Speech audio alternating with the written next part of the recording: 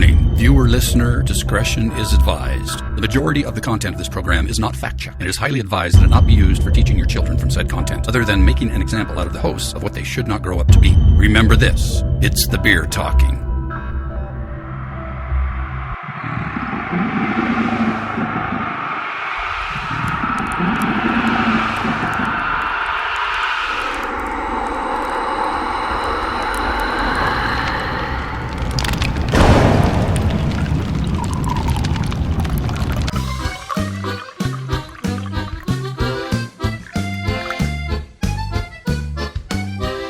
Welcome to the truth about beer.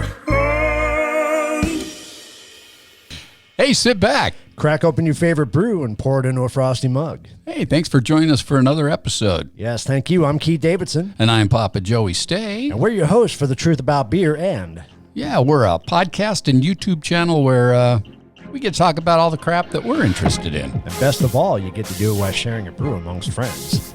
Hey, and if you're a returning listener or YouTube watcher, thank you so much for coming back. Yes, thank you. But if you're a first-timer, well, thanks again. Yep.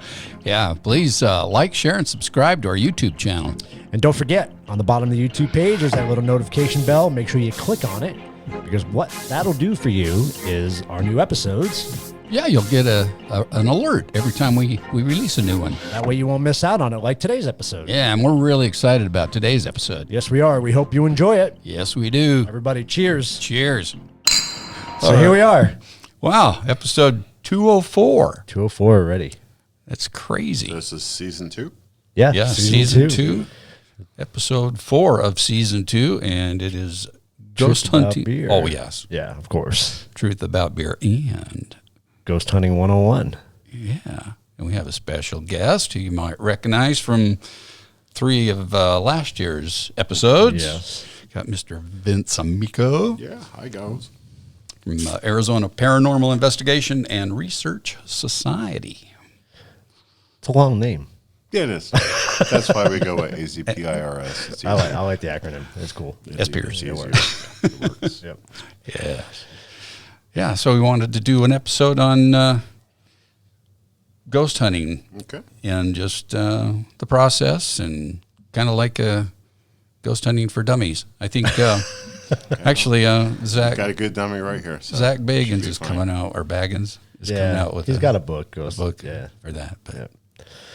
And I thought it'd be appropriate to get a ghost beer. So I Actually, thought he that was kinda cool. just up in Globe again. Was he? Yeah. at the jail? No, not the jail. Something else. Ghost Hammer. Yeah, Ghost Hammer IPA. Yeah, folks, here you go. If you want to be a ghost investigator, Ghost Hammer IPA. It's the only thing you have to drink. Start with that. Do a bunch of those, you'll see as many apparitions as you can. Be all over the place. That's the aid, huh? Yeah, that's it. That's what you need. Talking about gear, there you go. Get your beer. There you go. That works. That's how we do it. Yeah, some of our best work. So I think a lot of our clients do it too. Yeah. Well, maybe that's a good possibility. Well, these guys are out of San Diego, Stone Brewing Company. They were established in 1996. And what I thought was kind of funny in reading a little history about it, Joey, was Greg Koch is the executive chairman. He's actually a rock and roll artist. Oh, wow. So that's how the two guys met. That name sounds really familiar. Does You it? didn't tell me the name before. Oh, okay. Yeah. Maybe you know him. They met Well, back I in don't know him, 1989. but I think he might be a little more famous than just his beer as a musician. You know. Okay. Might have to look I that know up. I've seen the name. At least I don't know if it's Greg, but I know I recognize the last name Koch. You said. Yeah, Koch. Yeah. Yep. Wow, So that's interesting. cool. Yeah. I'm anxious to try this. Yeah. I think. Shall we toast first? I think we should toast to our episode and Oh yes. having Vince back. Yeah. Thank It's you, always guys. fun. Always a pleasure to be here. Have to try it. And to you folks. Yeah. Always exciting. Yes, it is. Good. What do you think? Yes, Not it's bad. an IPA.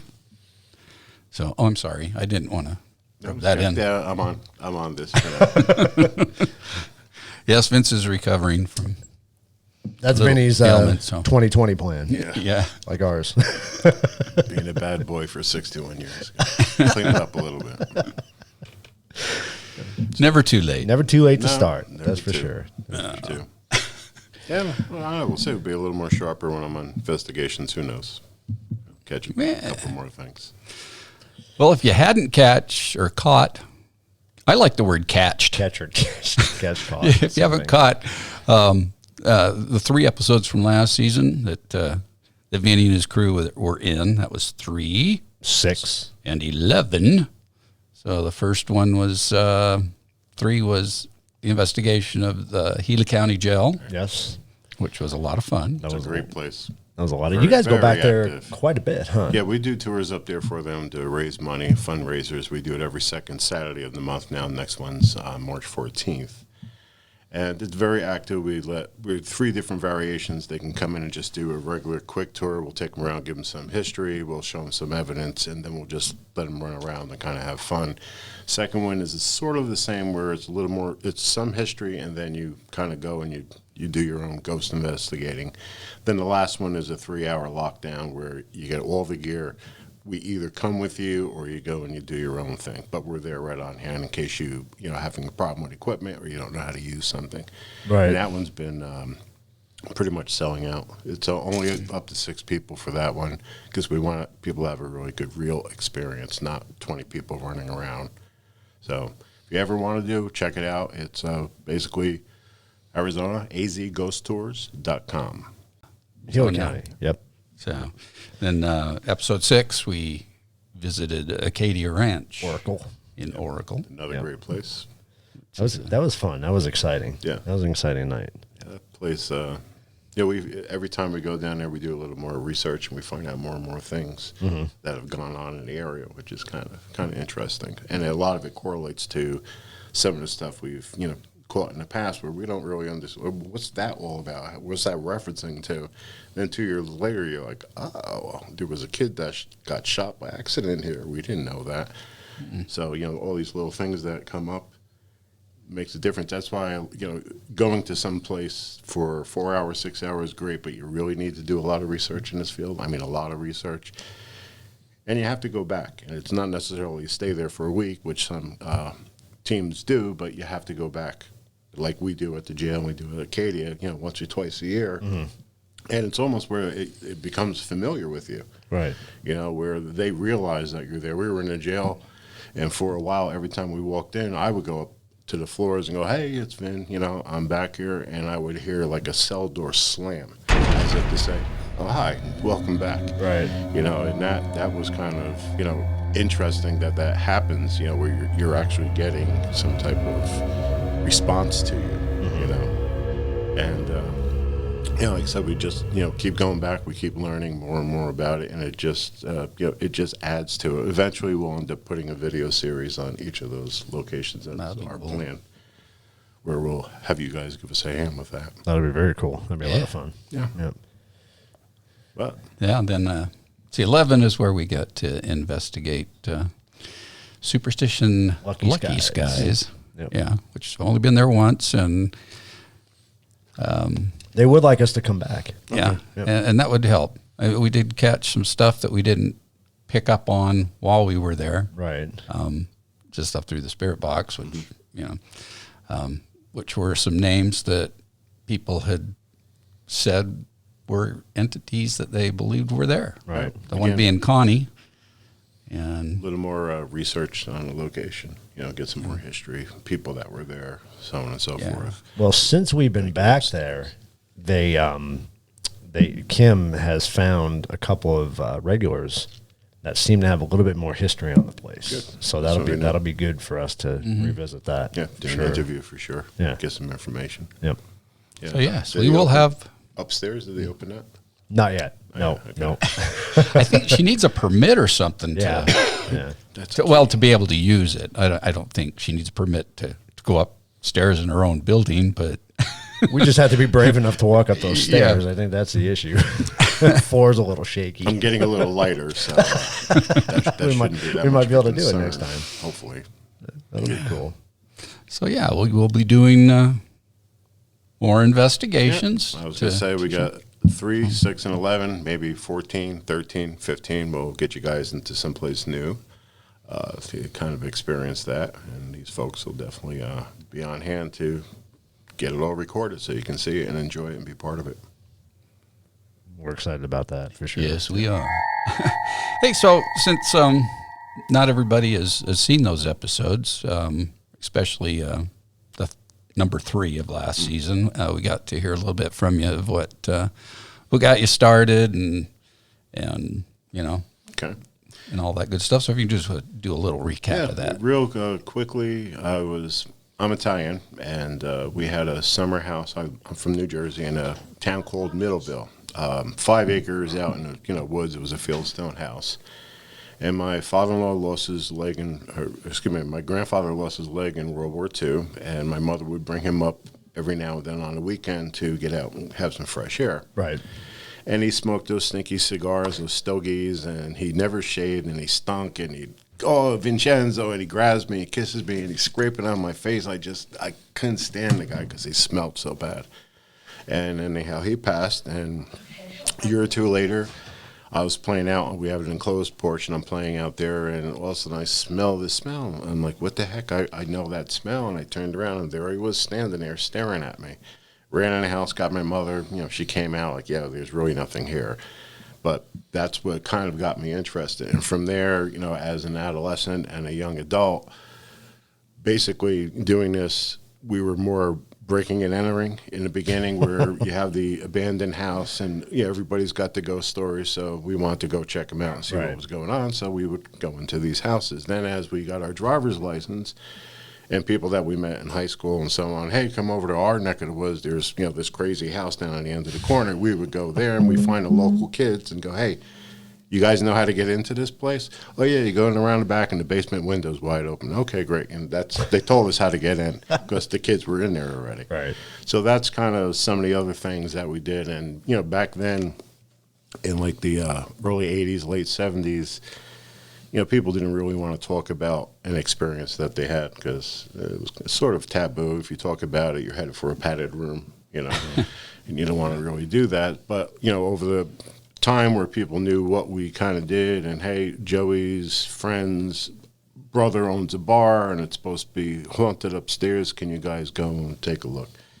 And that's how the investigation aspect started going. And back then we didn't have all this gear that we have today. There was really nothing designed for the paranormal. You just kind of figure things out. You were looking for audio because all the forefathers, that's what their main thing was, is recordings. Right. The Wallaces, et cetera.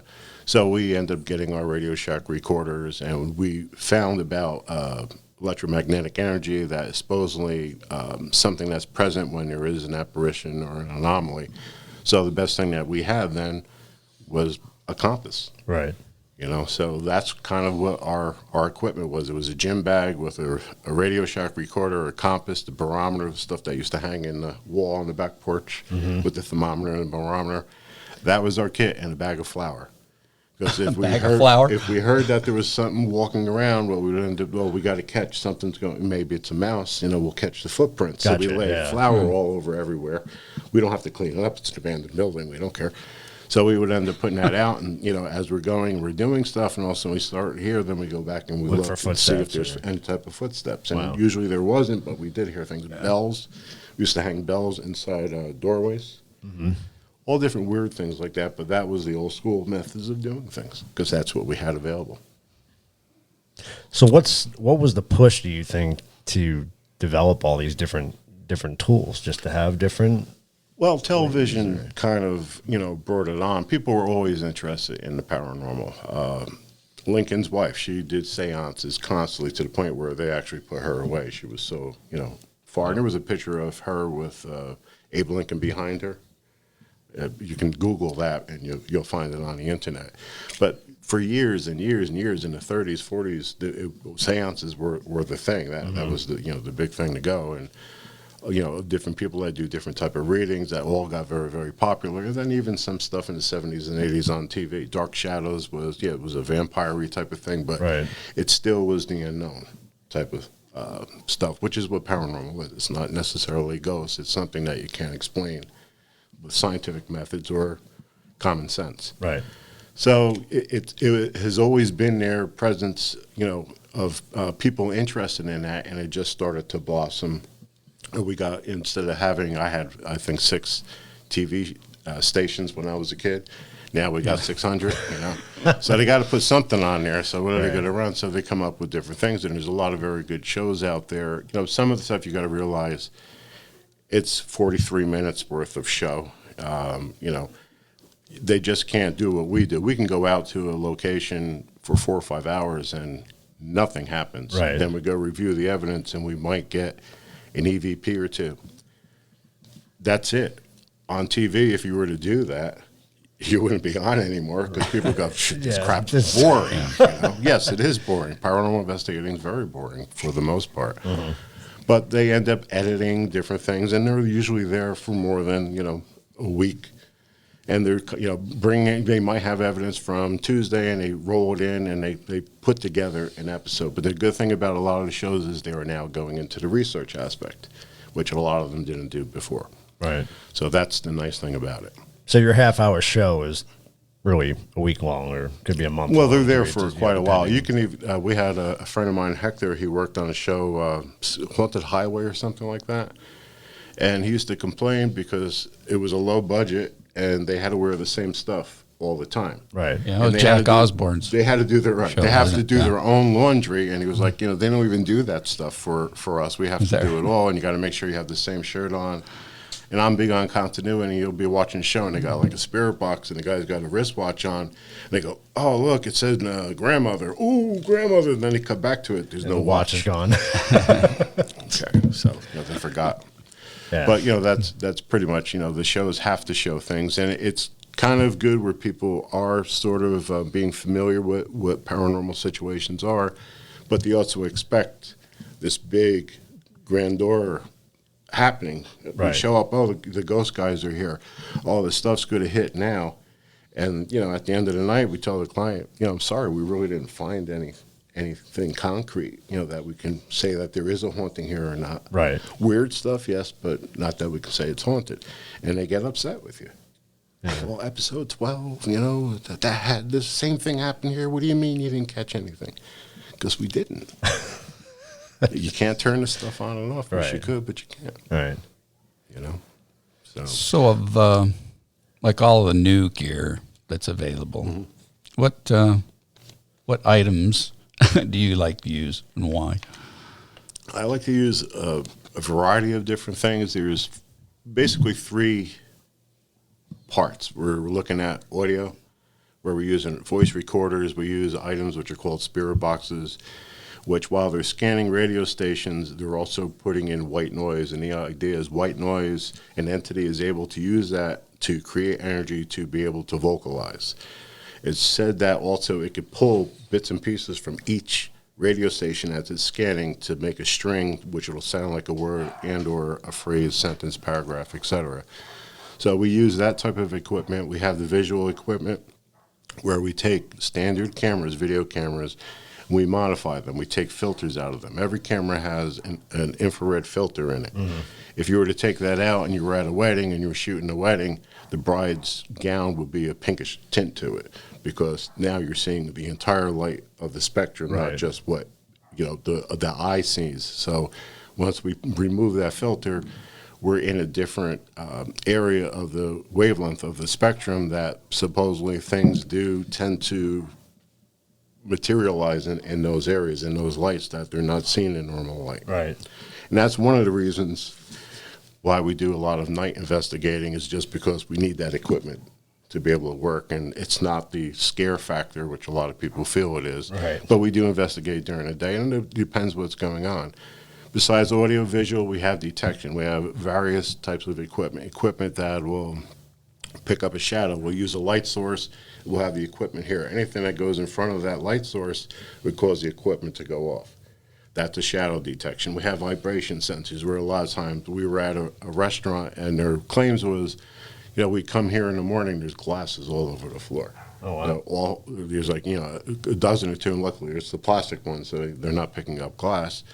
And we went in there, we put vibration sensors on the shelves, and we put a static camera there, and we left it overnight just to see what went on. Right. Well, it turned out it wasn't anything paranormal. They have a ice maker, and the ice maker is right on the wall. The shelving unit is attached to that wall, so every time the thing dumped ice, so it's vibrating. Little vibration, we see our sensor going off. Then finally, there was enough where it worked its way off, and wow. stuff started falling.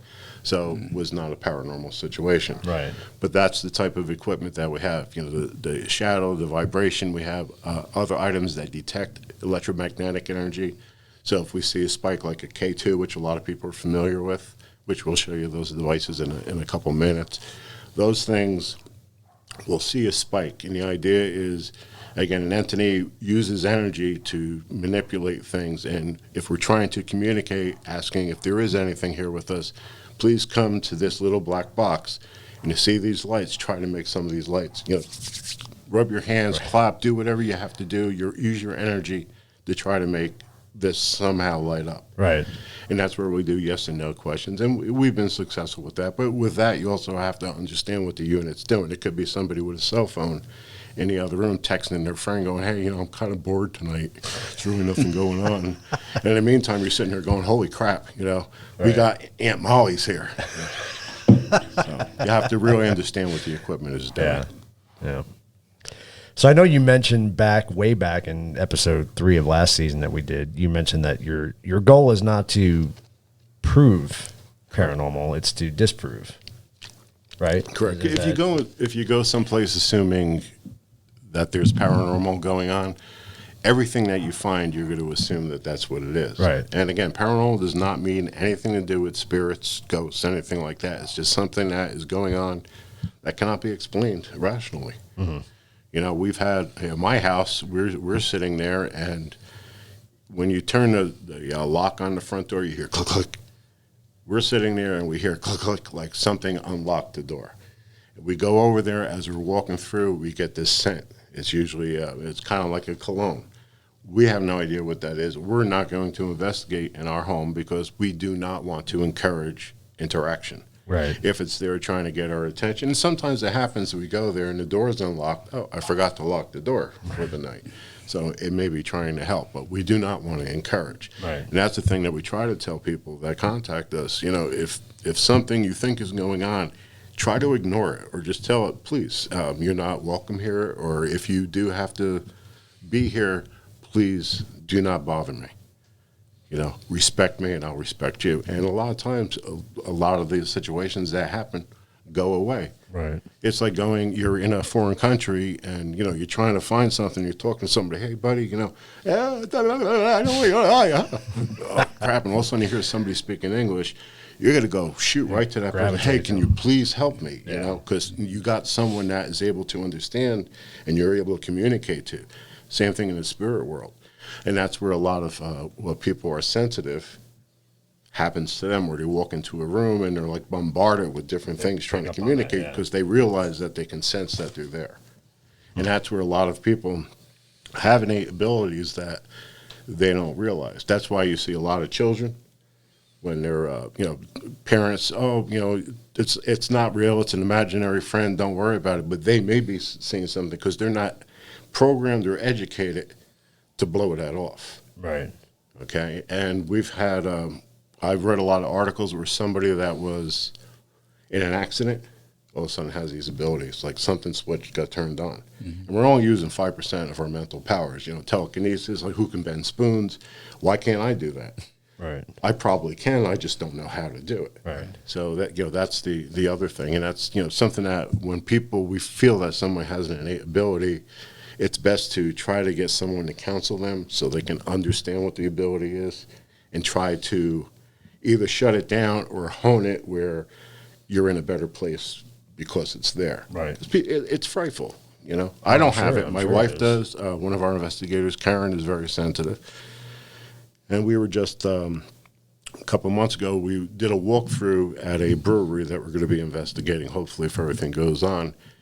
And they're walking us through, and all of a sudden the girls are like, I sense a young child, I sense this, I sense that. And the guy who's, you know, walking us through is going, well, yeah, that's what happens here. Like, he was amazed that they picked up on things before they told us about what was going on there. So, you know, there's truth in that. And she gets, you know, she does get bothered. Sometimes, you know, you just don't want to be bothered. And there's strong entities and there's weaker entities. The stronger ones, what they say is older energy, where it's learned to communicate, and that's where you get some of the things move. People say something moved, clothing, or the bottle was over here and I come back, it's over there, or the drawers were open and I know I closed them. Maybe you did, maybe you didn't, but that's where it happens, where things start learning how to manipulate because they're able to figure out how to use other energies and then manifest and do what it needs to do. And that's what all this gear is designed to do, is to help us detect that stuff. Right. I want to see chairs stacked up on a table.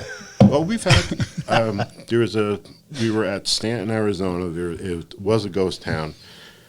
It's like a trailer park, and it's for miners. A lot of miners from like Minnesota area, and they come down here, in the winter. And there's actually an active mine in the area that they do mine, but they've renovated the town. They have the opera house, and we were invited there by another team, and he stayed on this side of the place, and we were on this side, which was the opera house and a saloon. And we were getting all this activity, and we actually they have big 2-inch doors, exterior doors, and then they had the saloon doors inside. We had the doors kind of closed, and they're moving. Not, there's no wind, there's nothing, almost on command. We were saying, is anybody here? Give us a sign. All of a sudden here, and we had a camera because we inadvertently put down the camera and left it recording, didn't realizing. Right. And luckily we caught this. Otherwise, it would have been, okay, sure, that's a great story. Thanks, buddy. Now we have some type of proof, but you actually see the doors moving. That's cool. And we have a unit, the spirit box that we were using, or actually it was an Ovilus. And the gentleman that brought us there, his name was James, and he was having terrible problems with equipment. Batteries were constantly being eaten. He was pretty pissed off. So we're in the back bar, and we have a camera outside, IR camera, and all of a sudden somebody says, hey, I think I hear somebody walking around outside. And all of a sudden the Ovilus goes, James. Now, to 2,048 words, why did it choose James? Right, James, so there was a lot of things like that going on that night where we were getting something that made sense. It wasn't just saying underwear. Right. What's out there? Underwear. Yeah, okay. There's underwear outside. So there were a lot of things. We had a shirt on, one of the guys, his company's Paranormal Playground.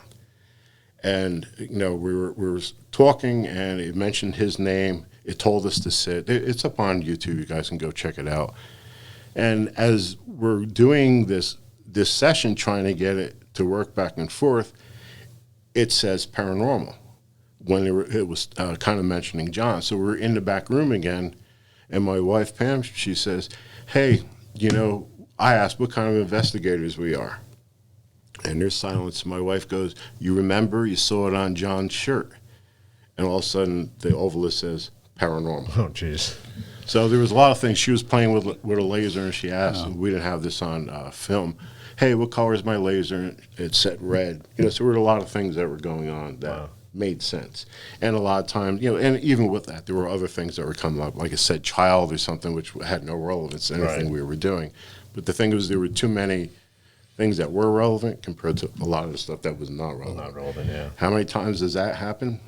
1 in 100, if that. Wow. So a lot of times using that equipment, it's just like, yeah, okay, this has been, just sitting here rambling on and on, because it's taking environmental readings. Right. And the idea is it could use the environment to manipulate, to make it speak one of those words in the database. So hey, who's walking outside? James. Hey, what does his shirt say? Paranormal. Hey, what color is the laser?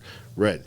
That's kind of interesting, And that has to be taught. Just where if I hand you a book on how to speak Chinese, I can't say, hey, Keith, tell me how to say weather in Chinese. You'll be, wait a minute. You got to learn it. You got to figure it out. And the thing is, some entities, again, the older energies, are able to figure things out a little bit quicker. Right. And again, going back to a place, time after time after time, and they're recognizing us, recognize the equipment. Maybe they were trying to use the equipment in the past and they couldn't figure it out. Maybe all of a sudden they came up with an idea and they're able to utilize it. So that's where we like going back to things. And we have some of our favorite places like the Gila Jail and the Acadia Ranch down in Oracle. Fun. Well, like we talked about in the beginning, and this is our Ghost Hunting 101. And so it's going to be, I don't know how many parts there'll be to this episode, but would like to see what your process is before you do an investigation. Okay. Well, I can say that. We're on a lot of different lists out there. If you were to Google paranormal investigators in Arizona, there's a website that comes up and they have everybody listed. And usually it's a website, it's a contact person, email, phone number, etc. Again, because of the popularity of TV shows, a lot of people, instead of watching TV, they rather have a live ghost hunter come. We've rolled to locations where we had a park down the block. I'm like, what the hell's going on? Somebody must be having a party. We're dragging the gear, 5 houses up, and also we get to the location, and there's all these people hanging out. Like, what the heck's going on? We get the client, I'm like, hey, what are all these people? Oh, they want to come and ghost hunt. No, so we ended up putting up different forms. We have what we call an input form, which is what is on our website. If somebody is having an issue, we have them fill this out first. Right. And it basically asks, what was going on? Was there anybody present? About 18, 20 different questions. Once that comes to us, we have one of the investigators evaluate it. If you're reading it, it goes, oh, just like Ghost Hunters, season 3, episode 14. No. We're not going to entertain you. Right. But you read it, and, we're very sensitive when it comes to children being involved. Because, again, the kids don't realize how to shut it off, or they haven't been told that, or they might have that innate ability that they don't understand. Right. And all they're told is, no, shut up, Johnny, shut up, Johnny. In the meantime, Johnny's scared out of his pants because he's seeing these things, and these things are going on. And he doesn't understand, and there's nobody there to help him. So that's where, we jump on a lot of stuff like that. But once we do the input form, then we have video releases because the location is going to be videotaped. Right. And we do put promotional videos together. We also put factual videos together. And we provide our clients a video link where they can get all of our evidence. They can go up on YouTube. You have to have the link to be able to see the stuff so they're not, I know, that's my neighbor. Oh, Jesus Christ. It's got ghosts. Holy crap. I'm not going there for dinner, Alice. No. So we want to protect everybody. We've done high schools. We've done beverage distributors. We've done quite a lot of places where they really rather not say let people understand that stuff is going on there because it is private. And then some people feel like they're going to profit off the and a lot of doing it is. We don't charge anything. We don't really take donations. We do have a store, an online store where we sell ghost hunting equipment, so that kind of helps float. That's where at the Gila Jail we do those tours for free. We don't get a penny for it. It costs us $50 in gas. Sometimes, depending on what events we're doing, we'll stay overnight. That's another $100. Dinner, So by the time you add this stuff up for a team of 4, it gets kind of expensive. But our store offsets that. So this way, if we collect $500, we can go, Gila Jail, here's $500. Yeah. Please put it towards repairs or whatever you need. I'll preserve the because once that's gone, it's going to become a condo. Right. There's a place in I think it's called it might be Fountain Hills, Phoenix area, which is called Greasewood Flats. I know Greasewood Flats. Oh, it's not there anymore. It's condos. Yeah. Okay. Yeah. That was an incredible place. We've investigated there. We had a lot of stuff going on, but there was just so much history. You go in there, all those dollar bills and stuff, and Yep. And it's gone now. It's condos. So if there was activity when it was Greasewood Flats, don't you think there might be something going on in these condos? Probably. So, sometimes energy is part of the earth. It's something that is residual that will still be there, and certain things, certain environmental changes may cause it to manifest. You've heard stories of, I see this woman in period clothing walk across my room. Well, she probably did that because she might have been the servant bringing, food into the dining room. Right. And whatever happened, maybe it was a storm with a lot of ionic energy or different things like that caused this little loop in time to just play. And you happened to be there and you happened to catch it. Yeah. I had that experience, I think. I don't know that it was paranormal. Could you explain it? I can explain it. Okay. I can tell you what I saw, and at the time when I saw it, I was just thinking, now that's weird, And it wasn't until the next morning when I told my wife about it, she said, "Do you think you saw a ghost?" But I was driving home from a gig, 2 o'clock in the morning. Superstition Skies. Yeah, we just played at Superstition Skies, and coming off of the 202 to turn on to University. I know that place. Yeah, you've been there. So you pass this spot, but just once you pass west of the freeway, there's like a desert little area off to your right.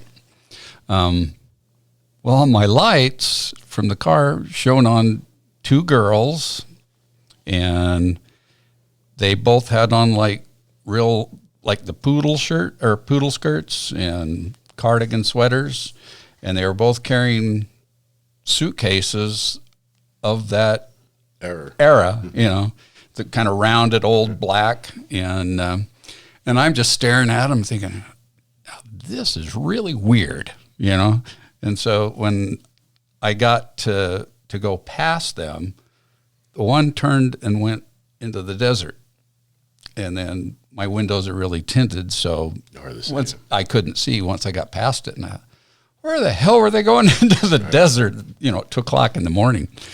And sure, it could have been a 50s sock hop or something. Like that. There's something that could explain it, but it was just very weird to see at 2:00 in the morning and in the desert. Mm-hmm. But I don't know.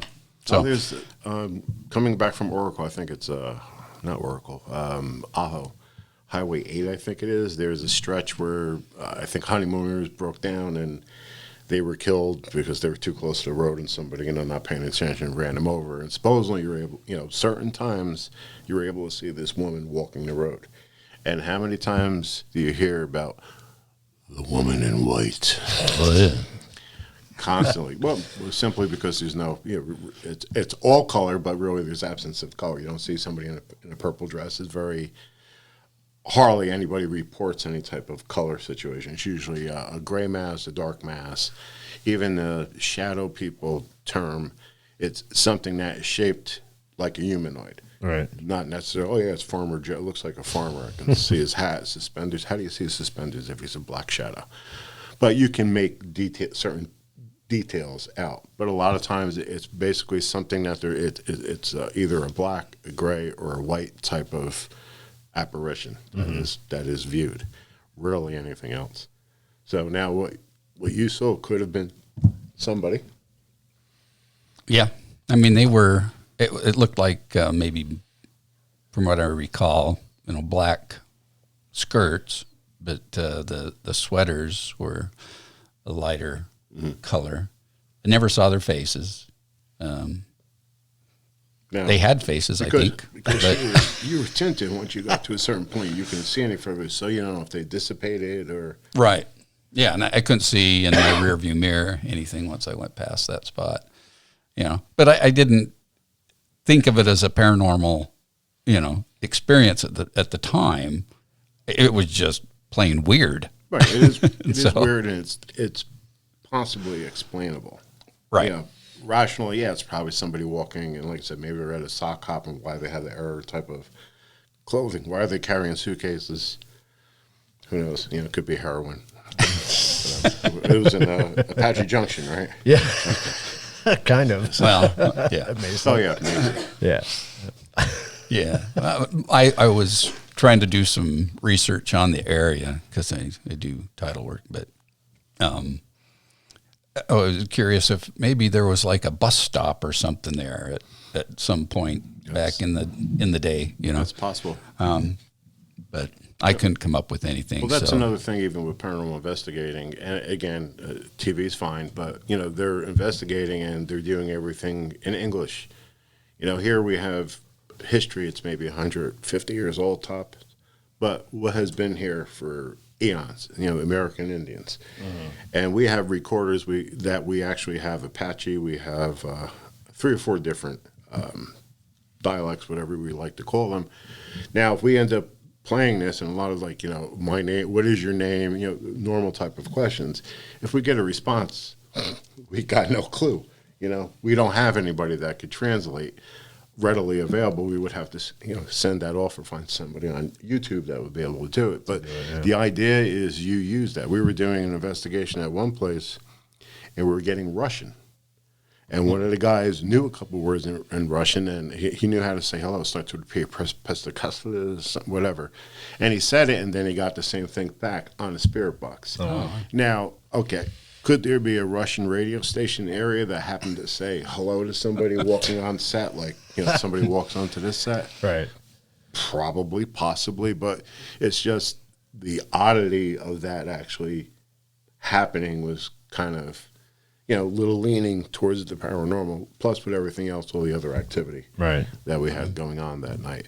But the point is, you've got to look at, again, research what's there, if it's mines, Chinese, Polish. There were a lot of miners that were brought here, to do the hard labor for, basically nothing.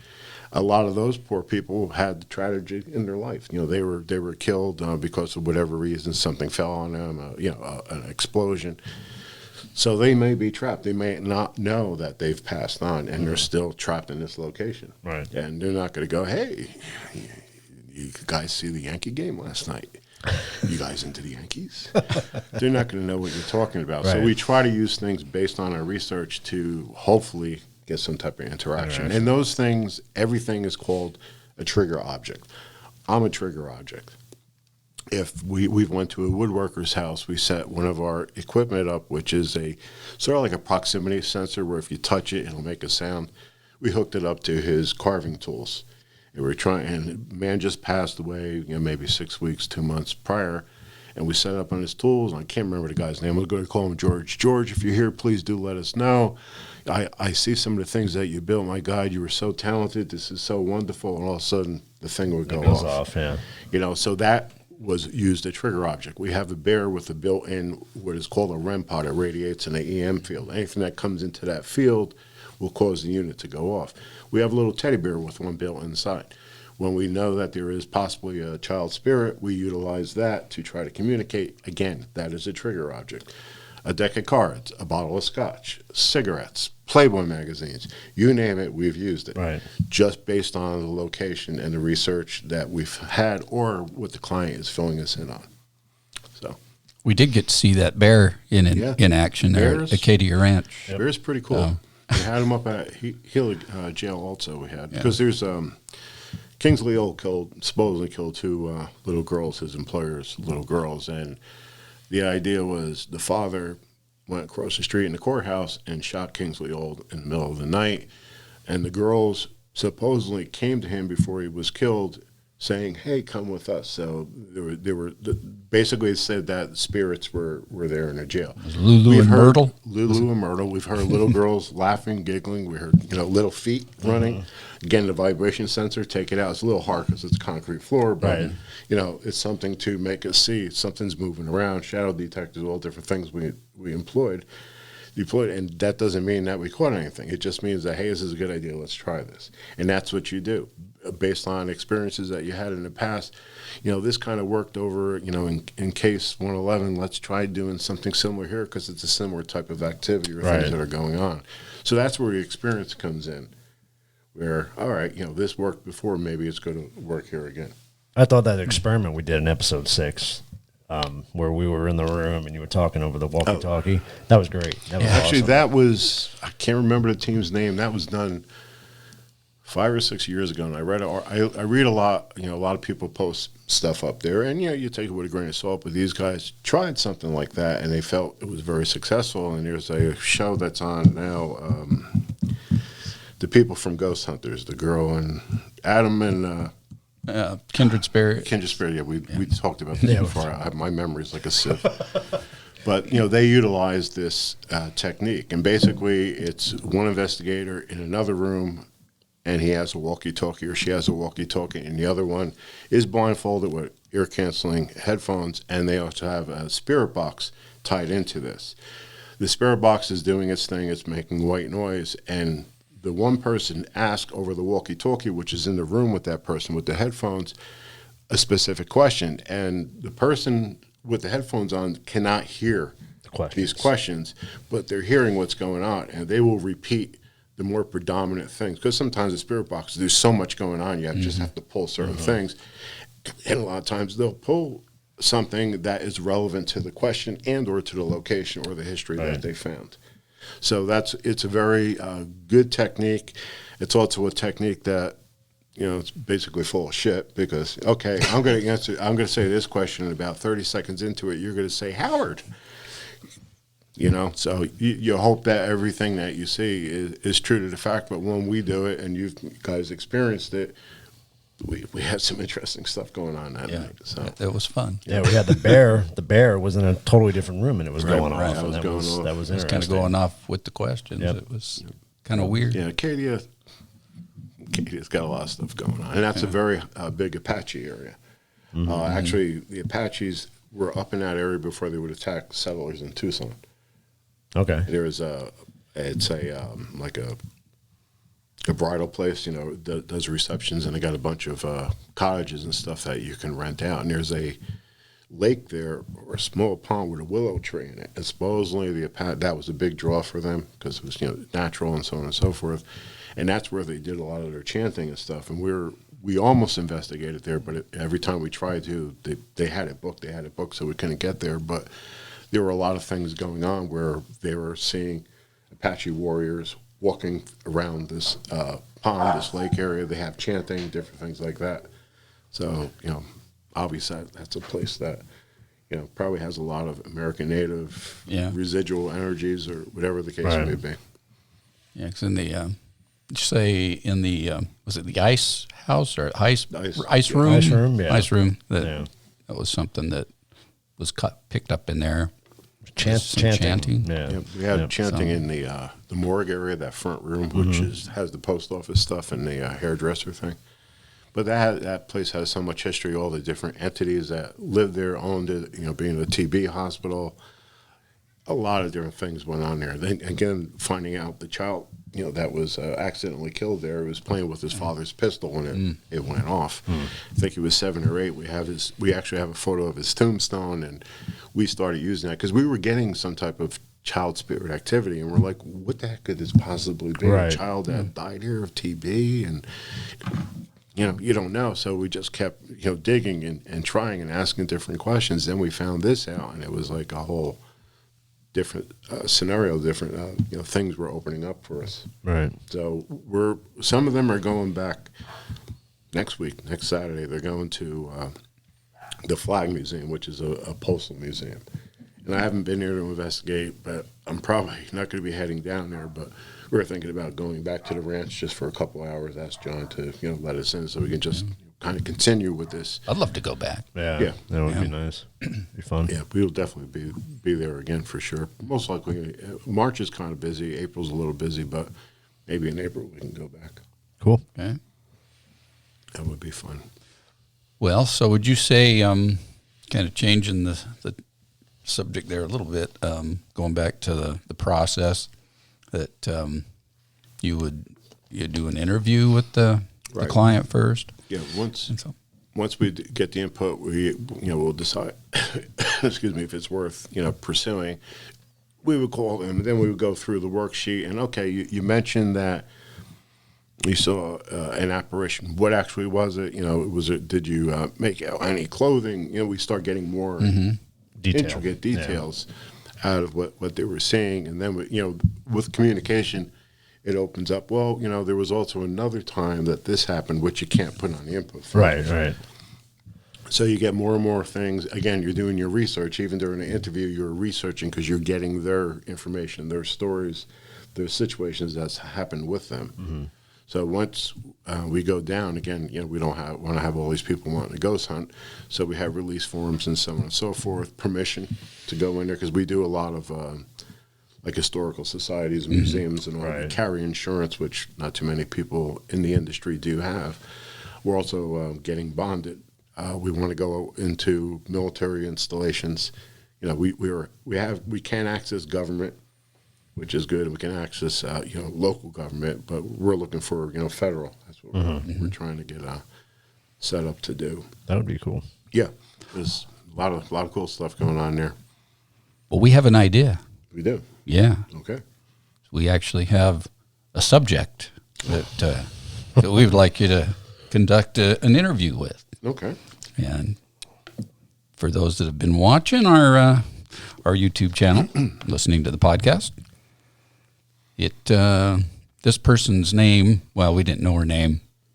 On what was the second episode, we had musical artist Julia Grayling on the show with us, and she had a spooky experience that she shared with us, and she said that the place where it took place, the place where it took place,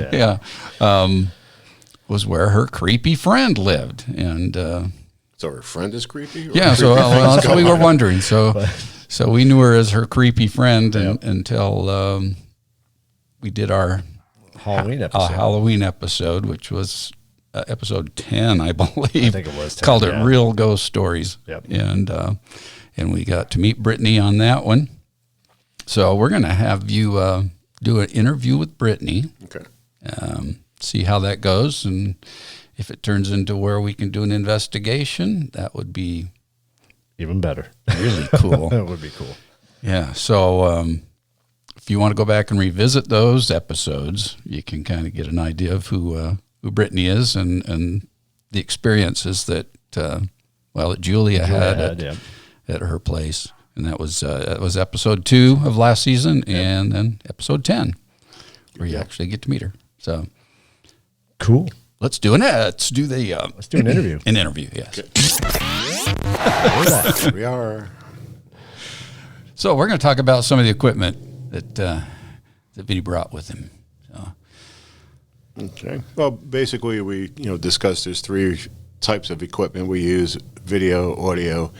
Most of the devices I have here to show you is detection equipment.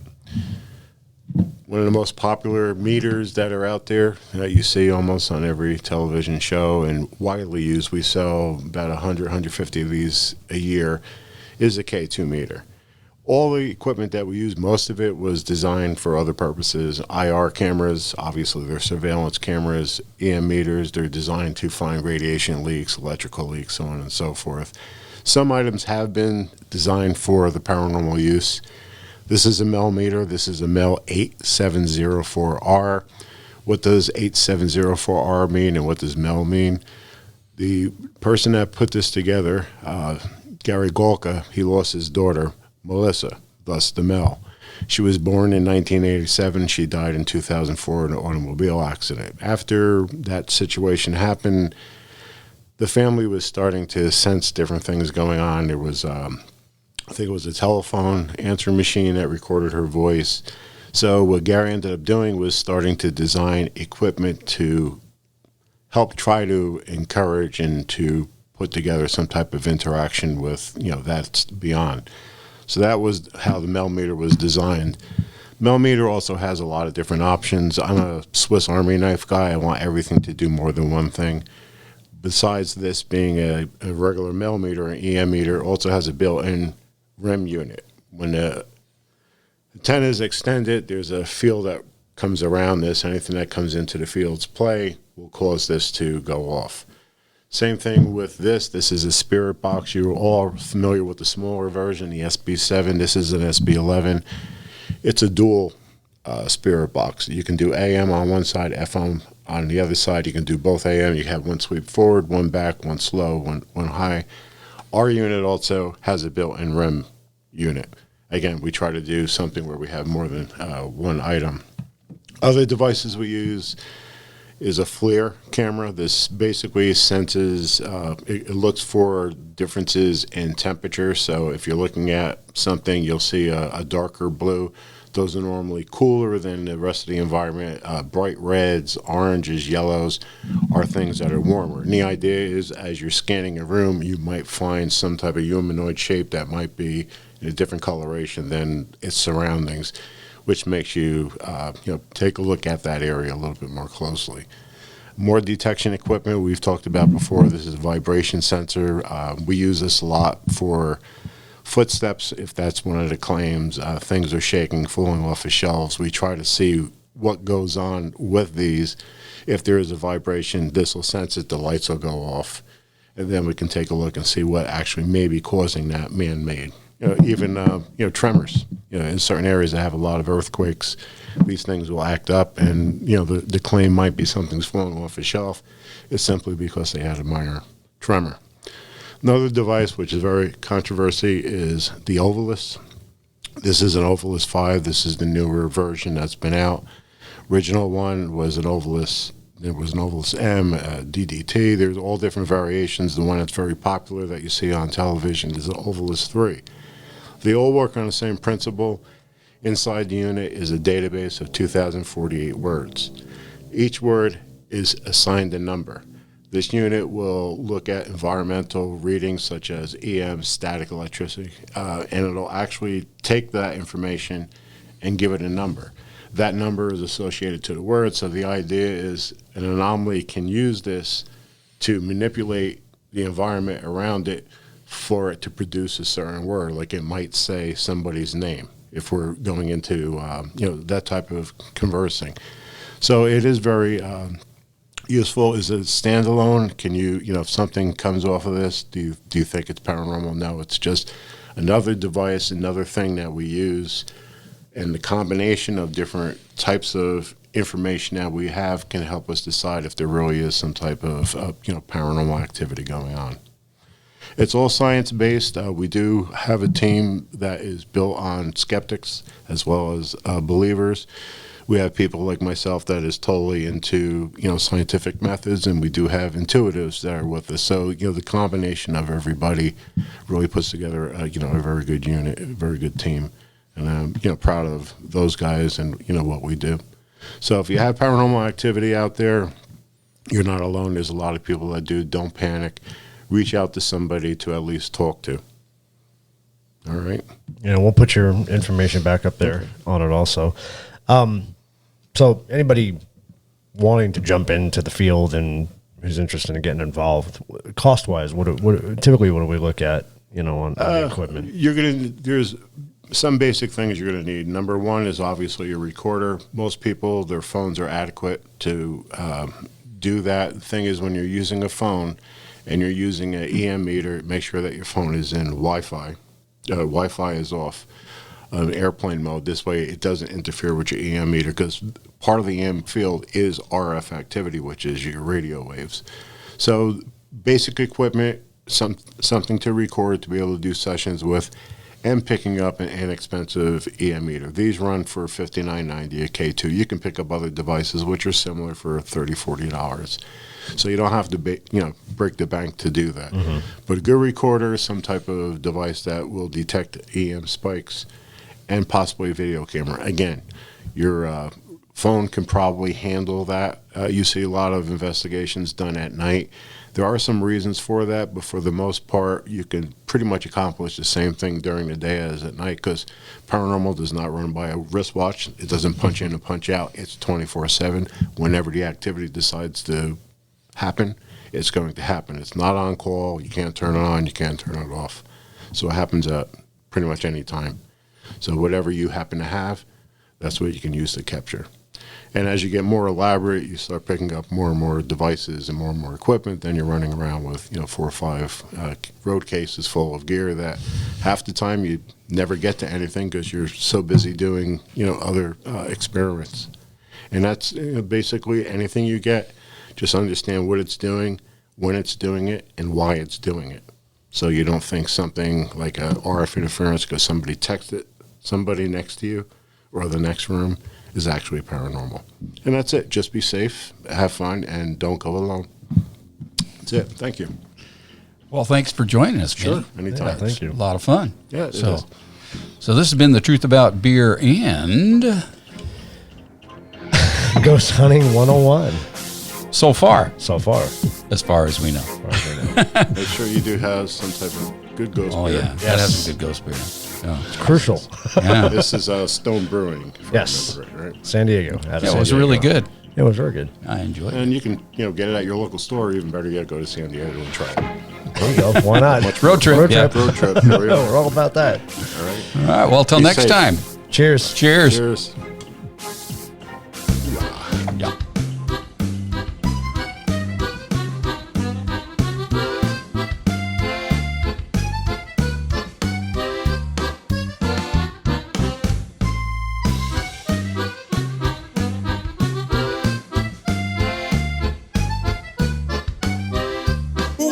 the truth about beer.